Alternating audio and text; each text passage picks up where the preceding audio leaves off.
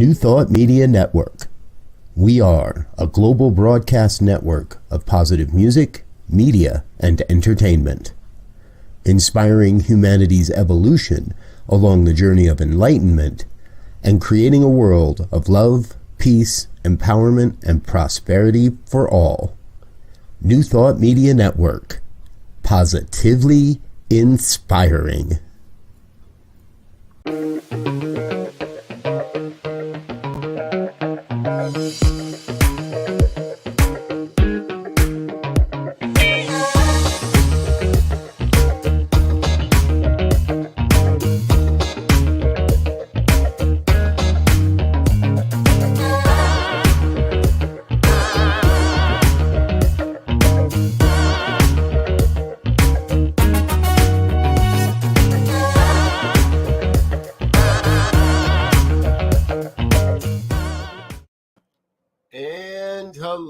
Again, dear ones, Reverend Robert hanging out behind the placard there. And Z, I think you are still on mute, Rev Z. We'll get you back in here. Bingo. I was playing hide and seek there for a minute, but I've now been found and I'm back on the scene. Good afternoon, everyone. And you are being seen. Glad you are here. And thank you for everyone that's tuning in. This is the New Thought Media Network. Tuesday afternoons at 2. It means it is New Thought Today, the opportunity where Rev Z and I get to take a look at what's happening in New Thought, what's coming in the future for New Thought, and some of the people that are making that happen. And we are incredibly excited as we have with us a great guest with us today. We're going to bring her on the screen here in just a half a second and introduce you. So we're glad you're here. Before we get started with our guest, please do like, share, and subscribe. Hit the button, share, and let some friends know what it is we're doing here today and how they can be a part of this. And if you're watching on a rebroadcast at a later time, hey, that like, share, and subscribe still works. So all right. Join us today, folks. We are excited to have with us Reverend Ruth Miller. She's got a doctorate in a number of things we're going to talk about today. But she integrates new understandings of culture and consciousness in a way that the rest of us can understand. We do know how technical we can get on this program sometimes.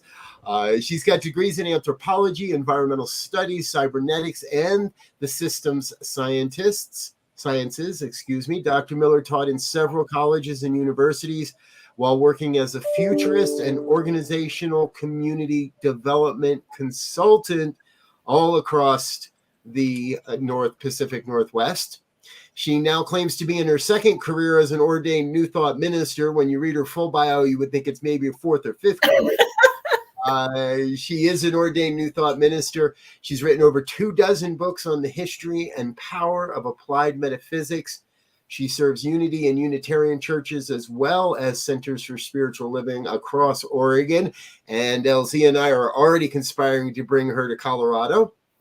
Some of her books include Unveiling Your Hidden Power, which is around Emma Curtis Hopkins' Metaphysics for the 21st Century. The Science of Mental Healing, which is a history of New Thought healers and teachers. Madonna Magdalene and Beyond, feminine spiritual power in Western culture. And the 7 volumes of the Library of Hidden Knowledge. These include The Paths of Seven Power. It's a 7-volume series of biographies of New Thought leaders for younger readers. That includes Empowering Care, which is mind-bending medicine methods, Home, A Vision for Thriving on Planet Earth, and Making the World Go Away. You can get a full list of her books and appearances on this network, as well as other video appearances at www.ruthlmillerphd.com. We'll put that in the chat and in the comments here in just a second. She's also a host of the radio program Noetic Moments on KXCR-FM and director of research at the Gaia Living Systems Institute. Oh my gosh, what a bio. And there's more, but we're going to stop there. Welcome to New Thought Today. Oh, well, thank you. I appreciate the enthusiasm. We love getting a chance to meet new and exciting people. And if nothing else, this network affords us that opportunity.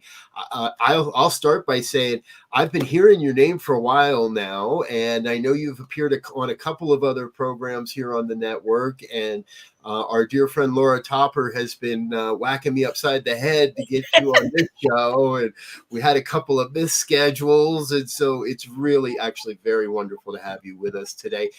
Let the audience know, share a little bit about who you are and what we missed in your bio there. Oh, my goodness. Well, you didn't miss much. I'm impressed. My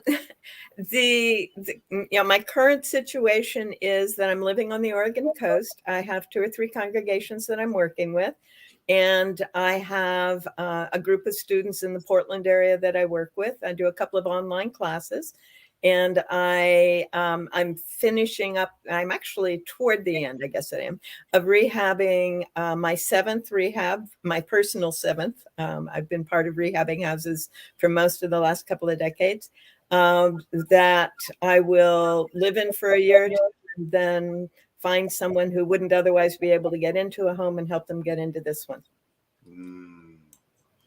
That's one of the things I think I was most impressed with in our setup conversation is this. You're not just teaching New Thought and Science of Mind and metaphysics, but you're living it, and you're doing it in such a powerful way, because providing housing and providing affordable, realistic opportunities for those that perhaps, as you said, wouldn't normally have the opportunity to get into a home.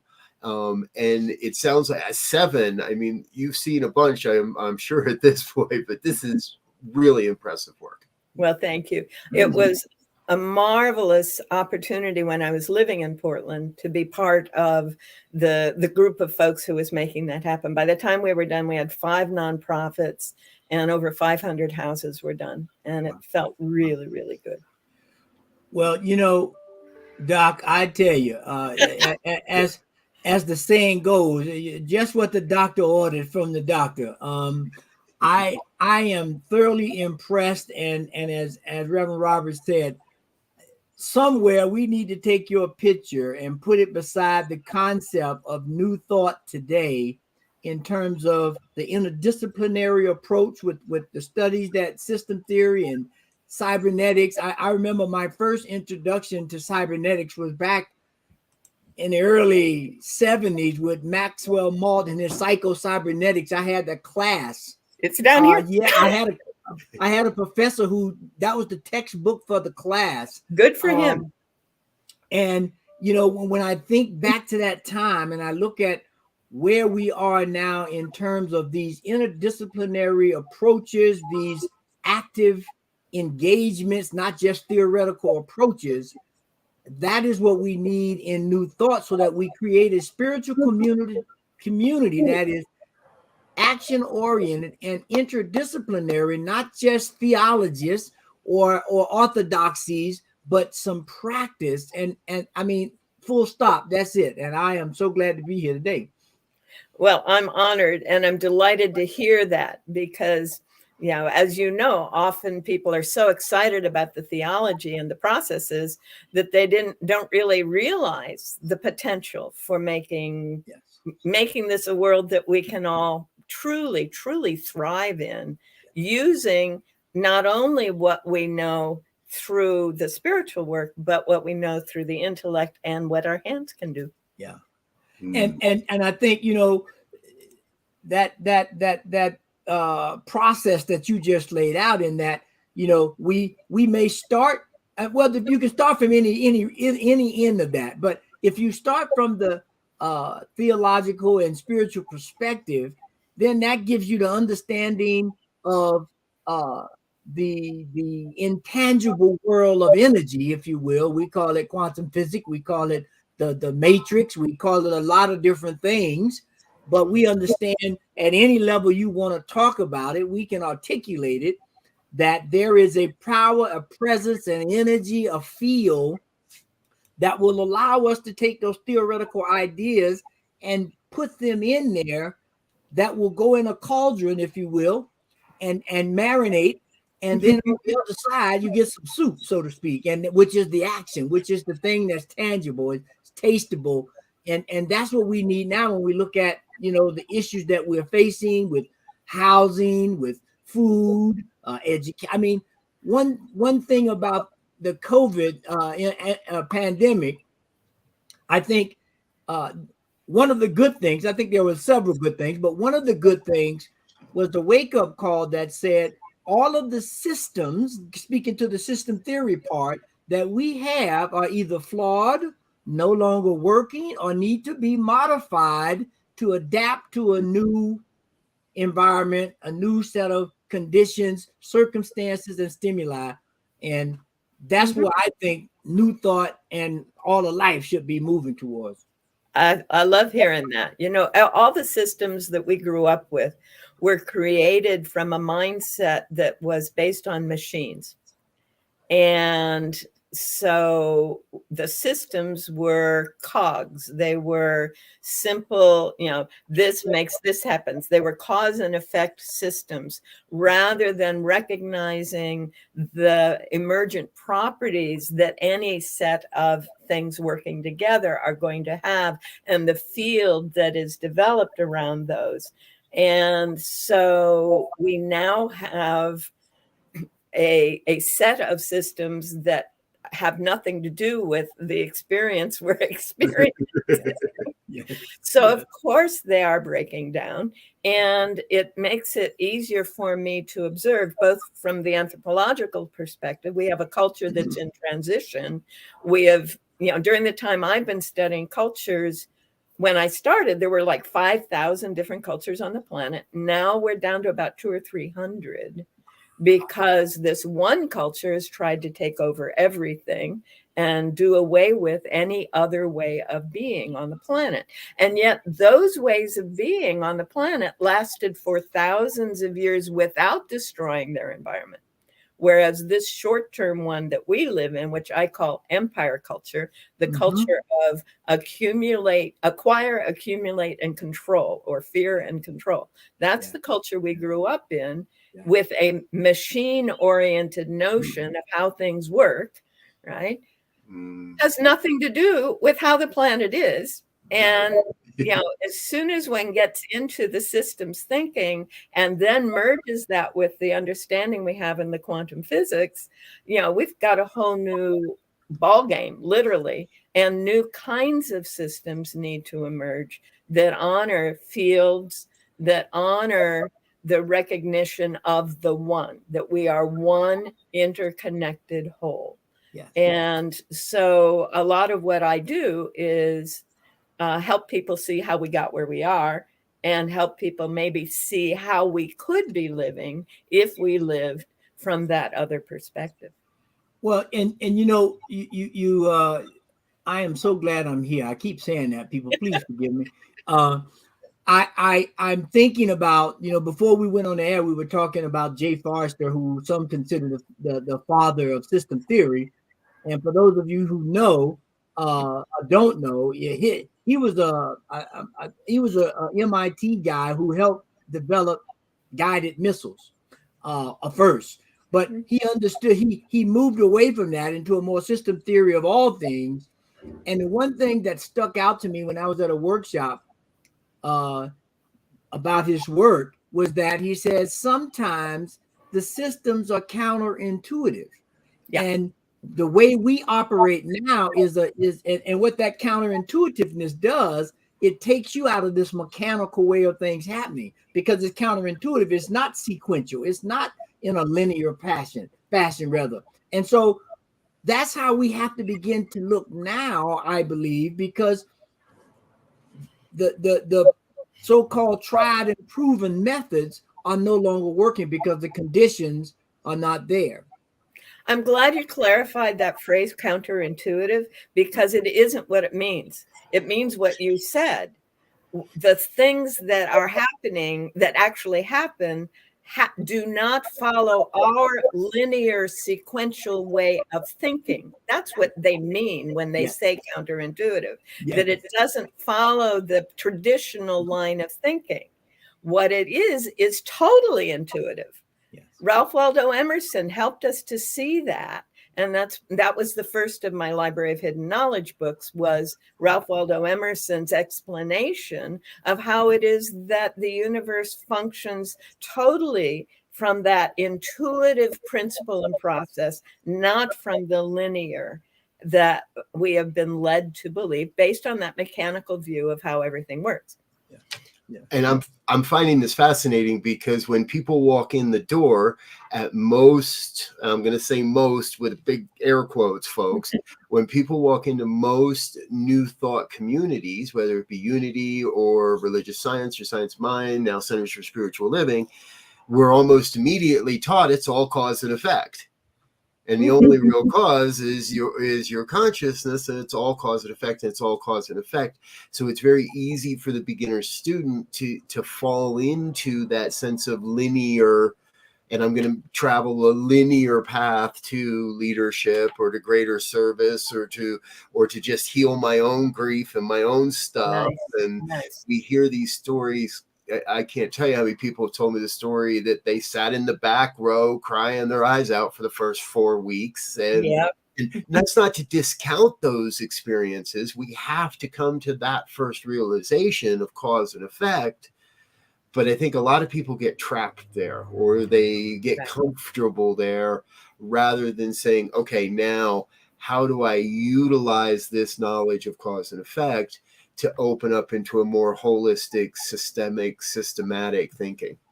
That's beautiful. And what New Thought offers is the realization that the cause is never material, never mechanical, never linear. The cause is from that intuitive, deeper place that is within us, and the cause is in consciousness. So Troward, which is the last of the Library of Hidden Knowledge, really lays that out in his recognition of the process that the cause is always in consciousness. It's never in the matter. Yeah, well, and that's so resonating with me, because one of the things that I study and kind of advocate is some of the ancient principles of Egypt. And one of the things that it talks about, it says in the Kabbalion, of those 7 principles, the first thing is it's all mental, which is another way of saying that it's all in consciousness. And that when we are able to do that, to look at it from that perspective, there are no limits to consciousness or to my mental acuity, right? And then I think, as Robert was talking and you were attesting to that, because of the mechanical environment that we've been brought up in, when most people come to New Thought, I would advocate for any religious or spiritual entity, they looking for something to fix a problem. And that problem has been identified and in a lot of ways created by some mechanical process. And they're looking for the exact same thing to undo it. But when you come to New Thought, that's not the case. The case is, okay, we can help you identify a particular malady, if you will, but we can't resolve it in that manner. We have to give you these tools and begin to create a center spectrum, and then expand that so you begin to see the interaction of your whole life, whether it's mental, physical, spiritual, or emotional, to come up with what's necessary. And that could be prescribed medicine, or it could be mental medicine. But love that. Absolutely love that. In Emma Curtis Hopkins' material, her lesson 7 is about the healing process. And she says all methods are the same. They are all the means by which you shift your consciousness from believing that this is real to knowing that it is not, and therefore allowing this other way of being to be. And, I teach Emma lots because I love her work. And I know every other New Thought teacher from the 19th and early 20th century was her student. Right? Yeah.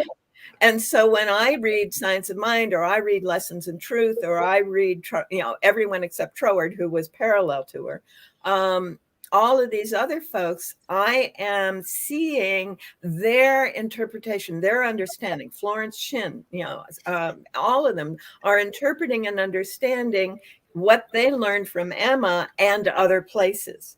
And so I keep going back to Emma But lesson 7 says exactly what you're saying. And, you know, when I got into New Thought, I was already a doctorate in systems. I was teaching systems thinking and doing futurist work and community work and organizational development work. And I had a healing issue, a major healing issue. I was not able to function for months and months.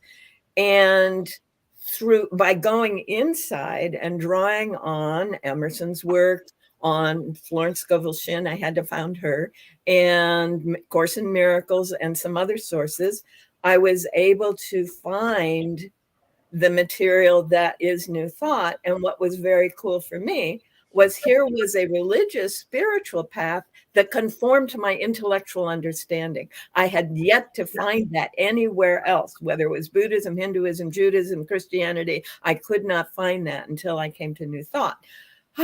Thank heavens, I can live in an integrity. I can have this consistent framework that works for me. Yes. I have to echo that.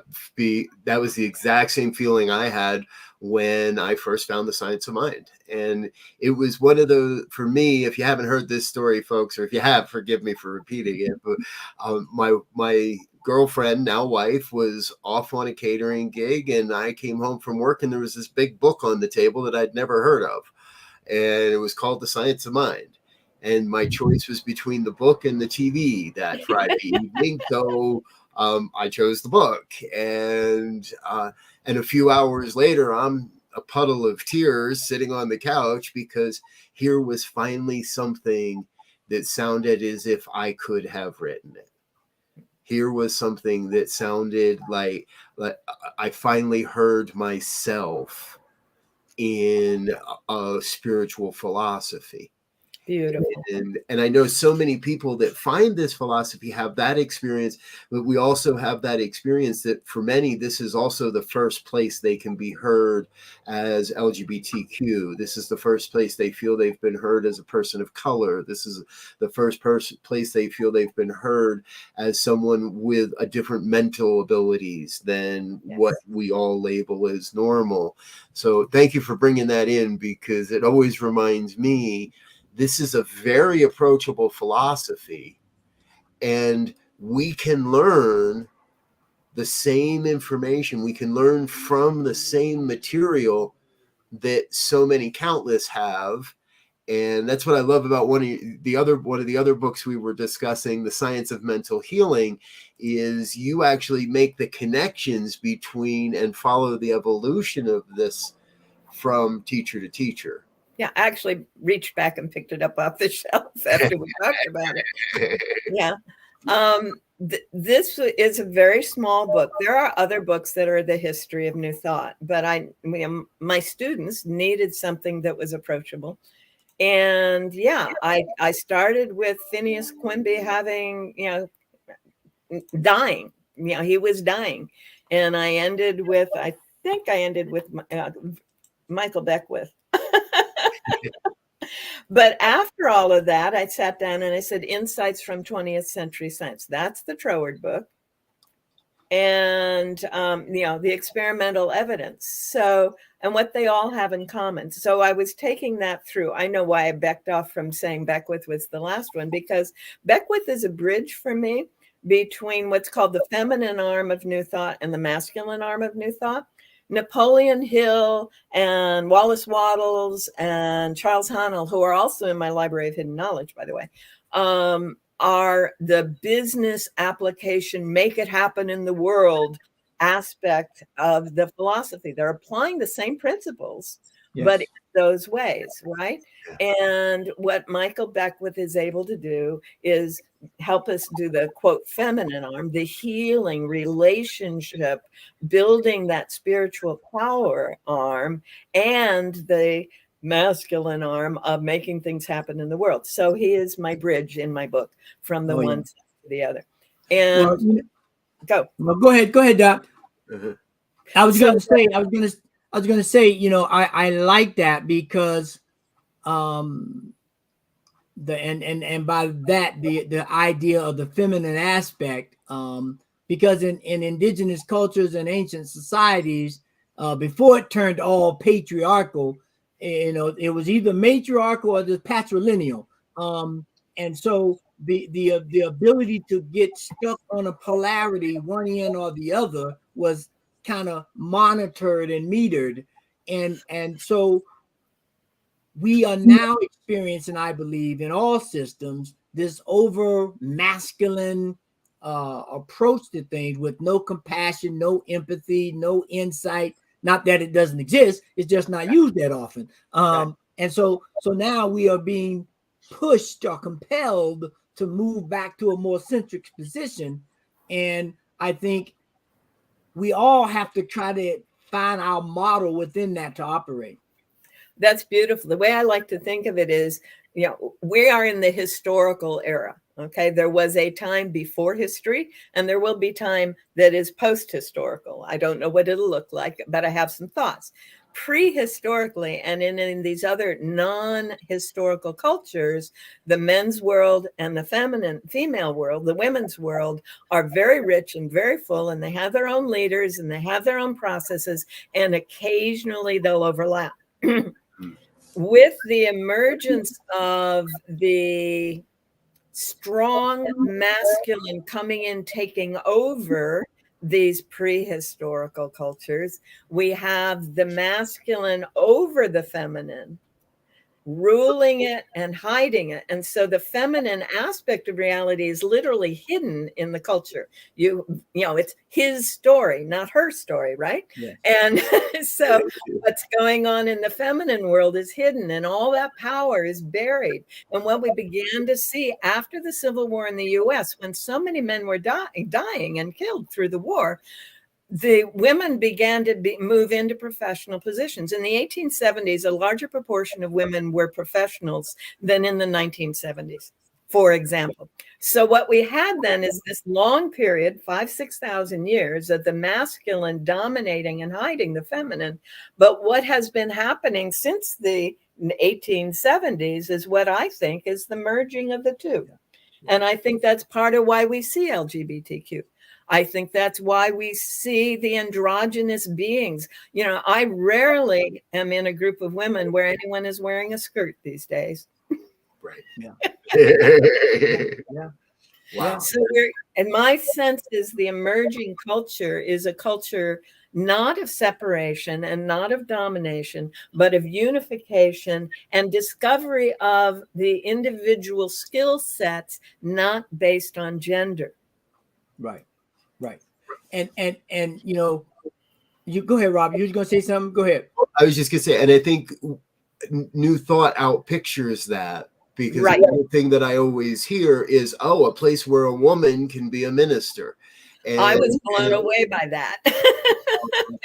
and still in a lot of religions, women are not afforded the opportunities to express their divine power, their divine wisdom, their divine. And let's circle back to something we started with, intuition.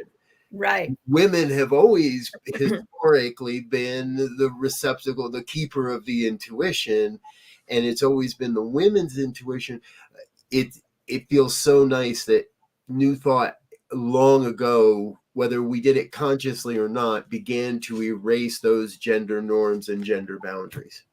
I think it was very conscious, because Mary Baker Eddy became a widow shortly, right around the time of the first women's conference at Seneca Falls in New York. Mm-hmm. And that conference said that one of the ways that women can take care of themselves at a time when they were not allowed to own property, they were not allowed to inherit, they were not allowed over, all these different things. In the mid 1840s, that's when Mary Baker married George Glover. He died. She then discovered that she could have a way to live, got involved as a homeopathic physician, married a dentist, Patterson, Mary Baker Patterson, went around the New England area teaching homeopathy and dentistry, was sick, discovered Phineas Parker's Quimby. Quimby helped her heal using mental science, mind science, the science of mind, what he called the science of Christ. And then she is now going around teaching his techniques, but then he dies and she injures herself and she has to figure out what to do. And she goes off on her own. And one of her first, and then she divorces Mr. Patterson, becomes Mary Baker Glover, studies and, develops these techniques. And we see all kinds of newspaper articles about all of this stuff. Her first class in 1876, so we're looking at 30 years of all of this, includes a man named Asa Eddy. And he says, I'll take you to Boston. We'll start a college if you'll marry me. So she becomes Mary Baker Eddy. And they started a college teaching this stuff. Emma Curtis Hopkins was a student in 1884. And by 1886 was in Chicago with her own seminary. And, the rest of New Thought grew out of that. Wow. That I with this little, I got so much on my mind about what we just talked about there and all of that. First, I'll start with the whole idea of when we look at the suppression of the feminine throughout history, whether they classified people as whatever, I won't even give them names to it. It was, I think, a large part because of the intuitiveness that they were able to tap into by the type of work that they did, the gardening, those kinds of things that made you more attuned to everything around you. So if I'm planting a garden, I got to be in tune with the plant, the dirt, the weather, the wind. I got to take in more information. And now we look at, if we get into the quantum physics and some of the quantum healing kinds of things, we talk about the pituitary gland and the crystals in the pituitary gland that helps us synthesize energy and translate it into information. And that leads to this whole thing now where we are in a situation where we got tremendous technology, but it's like they say, it's just technology and information. It doesn't become knowledge and wisdom until we can put it into practice and use it.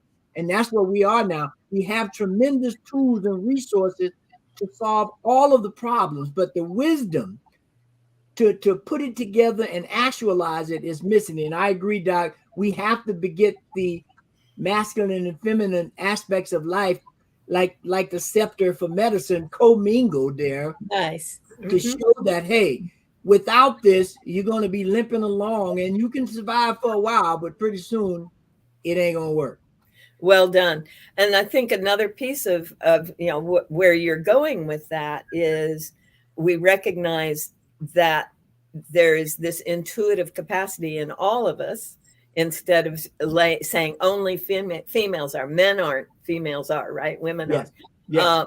And then the other piece is to go back to those prehistoric understandings and bring those forward, which is why I wrote the Madonna, the Magdalene, and Beyond. It was saying, okay, this is what was understood, that the feminine had access to this kind of knowledge, the masculine had access to this kind of knowledge.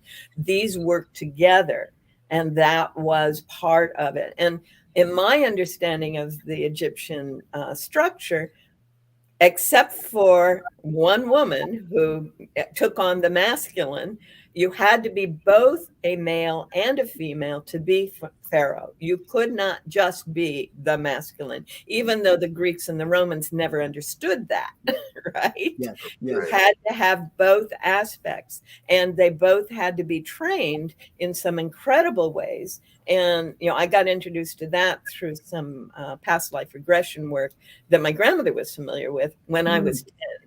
Wow. Wow. Yeah. And we find ourselves at the both and.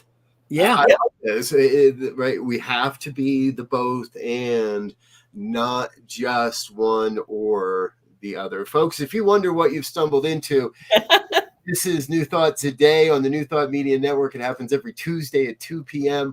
I'm Rev Brz. My my co-host Rev Z and I are so happy that our special guest today is Reverend Dr. Ruth Miller.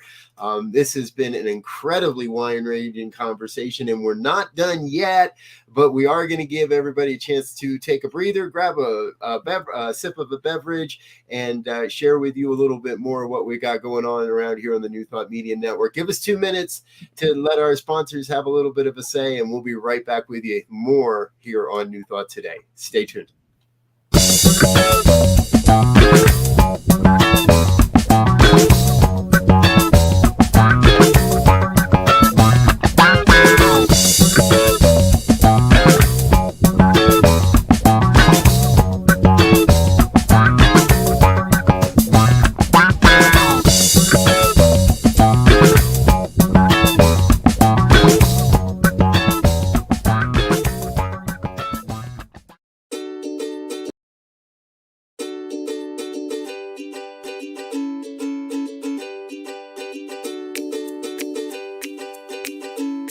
Thank you, Center for Spiritual Living Denver, for your continued support. Thank you, Center for Spiritual Living Midtown Atlanta, for your monthly contribution. Thank you, Center for Spiritual Living North Jersey, for your monthly contribution. And please help us welcome Om Center for Spiritual Living in La Mesa, California. Thank you for your monthly donation. Thank you, Center for Spiritual Living Seattle, for your most generous donation. And a special thanks to Hefferlin Foundation for your generous technology grant.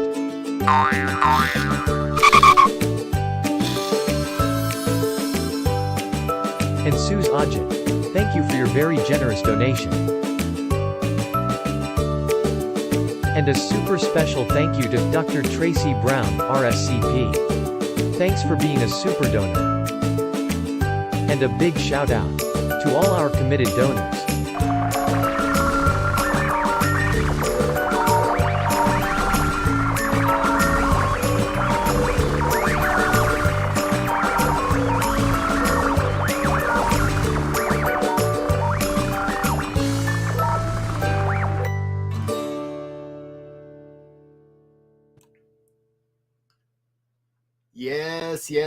Yes. Thank you, dear ones, for being a part of the New Thought Media Network and this family. All of you that are financially supporting, we appreciate you. We love you.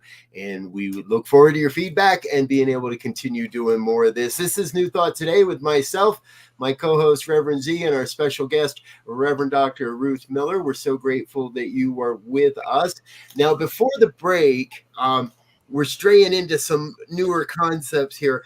And what I want to make sure we don't lose sight of is that, for me, what's exciting about New Thought is we have this rich history, and we can directly, through documentation, through archival footage, books, and all, we can trace the lineage of this philosophy where some can't.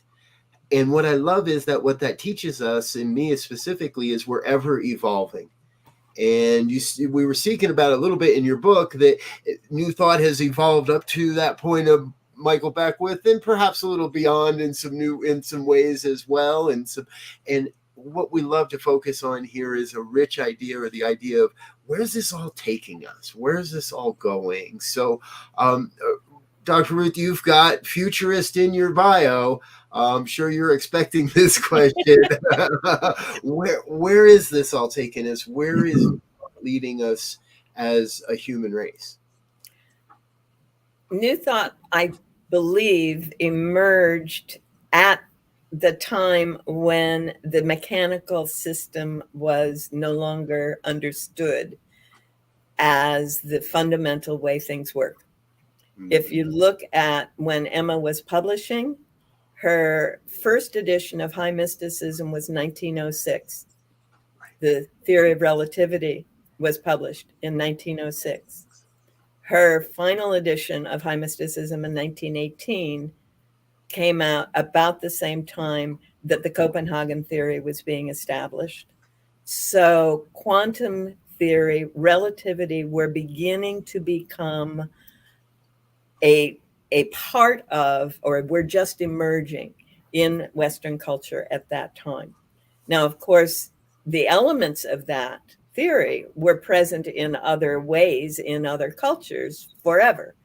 But in Western culture, this is what happened.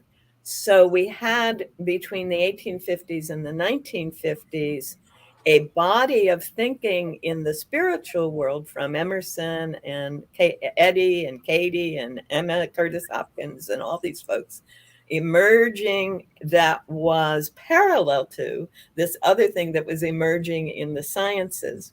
And in 1920, a man in Germany wrote a book that in English is called General System Theory. Yes. In 1918, a British colonel wrote a book called Holism.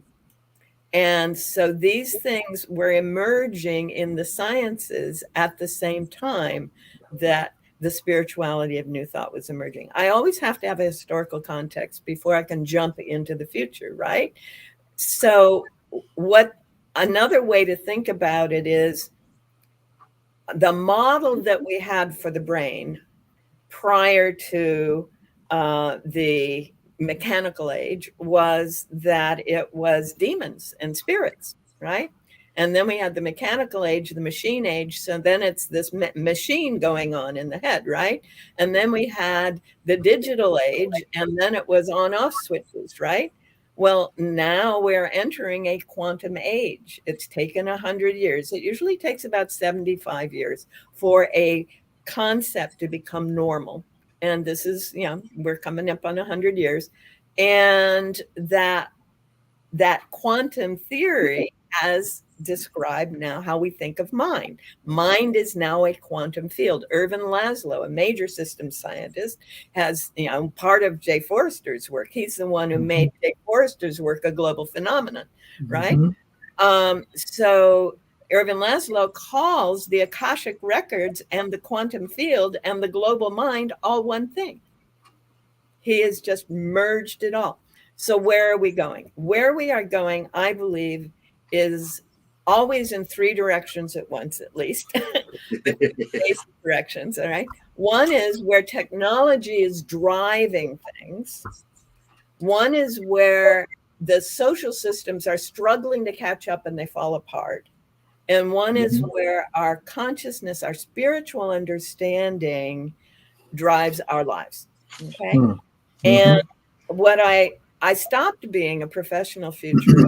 I still write occasionally, but I stopped, selling my services as a futurist when I realized I could go anywhere on the planet and experience whatever scenario I could come up with now. Yeah.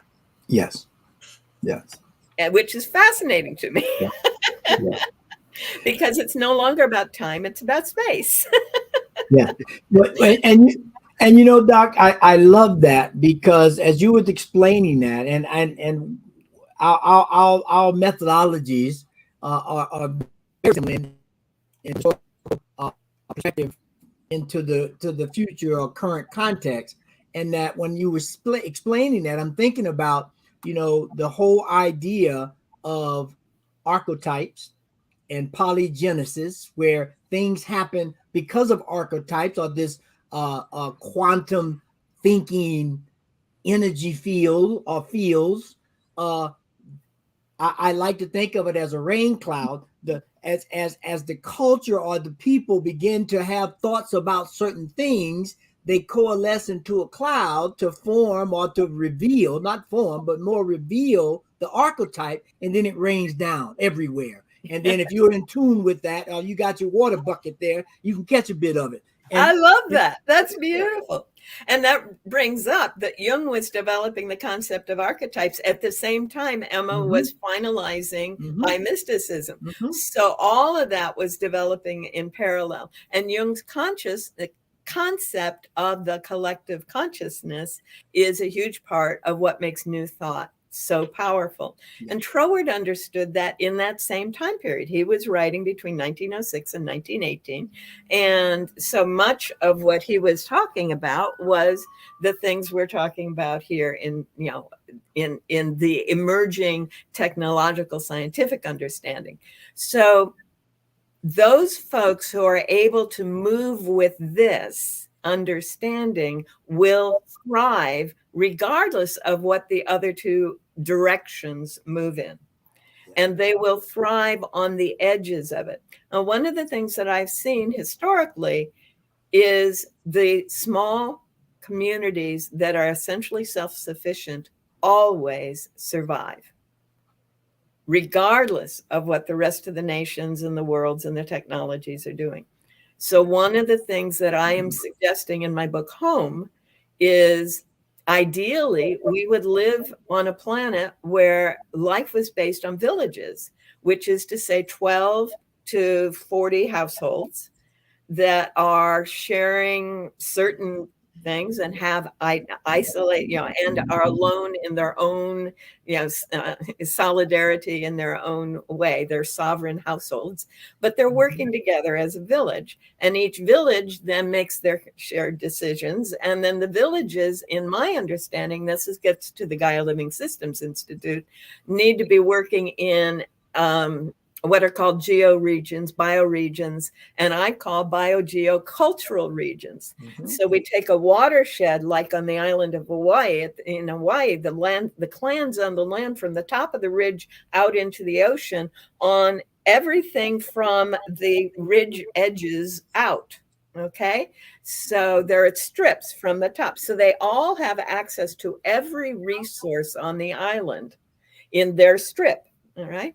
And if we did that in watersheds, in geocultural bioregions, we would begin to have a geological and ecological basis for decision making. Now, if all of that is happening with the value system that is present in New Thought churches, also in Unitarian churches, of honor and respect everyone, the dignity, accept and assist people in their movement towards their own wholeness, etc. There's 7 or 8 principles there. And the new one, the 7th one in Unitarianism, is respect the interconnected web of life of which we are a part. And the new 8th one is honor the range of gender structures that people show up in, right? The language changes from place to place. Yeah. But all of those principles, plus the new thought realization of there is one mind and I am an aspect of that in this interconnected whole, respecting and honoring and appreciating everyone. If that is the direction one chooses to live, one will thrive regardless of what happens in the circumstances around us, which frankly is a lesson I learned from Eric Butterworth in spiritual economics. And you just articulated something, and Robert can attest to that I always use as a metaphor, is that for us to really understand how we operate, look at the body. We got the endocrine system and the circulatory system and the regulatory. We got all these different systems that operate autonomously, but they operate autonomously with the knowledge and cooperation of every other system in the body. And if they get out of whack, now we have maladies and illnesses and all these other things. But when we can find that homeostasis thing, which is not a steady state, it is a fluctuating point, then we are able to create a society or a body or a household or whatever you want to call it that is easily regulated, that is easily diagnosed and repaired. Pick a terminology that fits so nobody gets a button push. But that is how we have to begin. And just a quick thing, I'm interested, in terms of the futuristic and where we go, in terms of the housing thing, because right now there's such a problem with housing in this country and getting worse. For those who are making money and those who have no money, so to speak. So I'd love to hear your input on that. I can give you an historical context. And the first thing is there is not a lack of houses. There are more houses than there are people. We have over 450 million housing units that are livable in this country right now. And we don't have 450 million people. Now, I live on the Oregon coast. This is a vacation wonderland. And one of the towns that I have lived in has 1,000 houses and 300 residents. Can we get the number of the mayor of that town? I think we'd like to have a conversation with the mayor and the county council and the city council. The thing is, the houses are all owned, and people come and spend 2 to 6 weeks a year in those houses. Right? So we have many, many more houses. We also have, this is the historical part. When I first got into home ownership and the possibility of rehabbing and making them available to other people, a house cost an annual income. A middle house cost, a middle-class house cost a median income. The median income of this country is somewhere, depending on who's talking, around $60,000. Yeah. Okay. The median price of a house is 5 times that. There is no way anyone can really ever not be house poor where that is happening. And what happened then, that was the median income of a single bread earner, wage earner, right? Right. Now, because the price of houses is driven up because realtors and bankers continued to drive it up. That's the only way it happened. Nothing else was happening. Realtors were told, you sell a house, the next house gets listed at 10% above that. You see what you can get for it.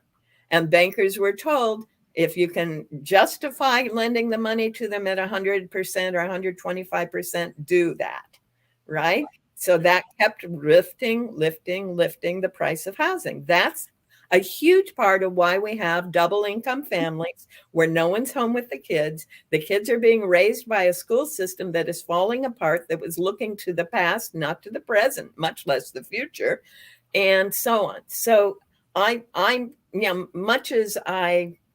as much money as I have raised, as many people as I've put into houses, as much as I have done over my adult lifetime in this area, I know that it is just not even a drop in this bucket of a process that is designed to keep people from being comfortable in their own home. Now, that's that system. Yeah. That's not what is, all right? So Eric Butterworth, Spiritual Economics, New Thought Practices, Manifesting Your Reality. It is possible to get into a home, regardless of all of that stuff out there. If being in your own home is your good, it must happen. It must, not can't not. It must means can't not happen, right? Must happen. It can't not happen. So it is possible to ignore all of that and to have a life of thriving. And that's where New Thought helps us to break through the limitations of a mechanistic system. And in the process then begins to erode in the same way that when I'm practicing my negations, my denials, no, that can't be true, this must be true, I am eroding the belief system that built that set of circumstances. I'm doing the same thing in the world out there as I erode that system by choosing to do this other way. And that's a huge part of why when I buy and sell homes, there's rarely a real estate agent or a bank involved. Well, and what you just reminded me there of is a technique, if you will, I think, that Ernest Holmes talks about. Most people talked about Ernest Holmes when he's talking about prayer as this positive thing, but he also makes note and mention of the argumentative approach to prayer and manifestation. Unfortunately, it's taken the way of being looked at as being negative. But as I heard you say there, then it's not being negative. It's putting those things that are appearing to be obstacles in perspective or out of the way. Has nothing to do with focusing on negativeness. And I think that method of prayer is more in demand now because a lot of people have tried the positive approach and it hasn't worked because they haven't been able to move the negative things away.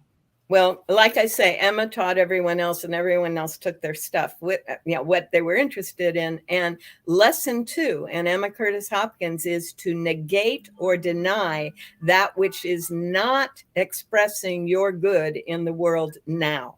Amen. Followed by affirming the presence of good.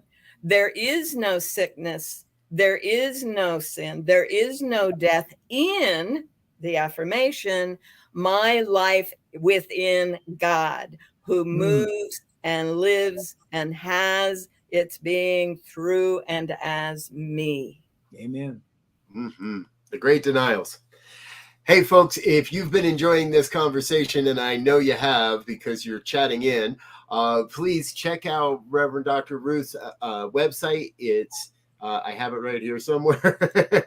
RuthLMillerPhD.com. Yes, RuthLMillerPhD.com. You can get more information on all of her books, on the various programs. You'll see here's a great recording of your appearance on the Cosmic Prayer with Laura Topper, and access to so much more over on her website. Please do check that out. And you have been getting all kinds of great love from Bonnie Morgan. Learned so much in the past hour. Thank you for being with us, Bonnie. Prince Fleet Easton is falling in love. I think we're all falling in love a little bit here today.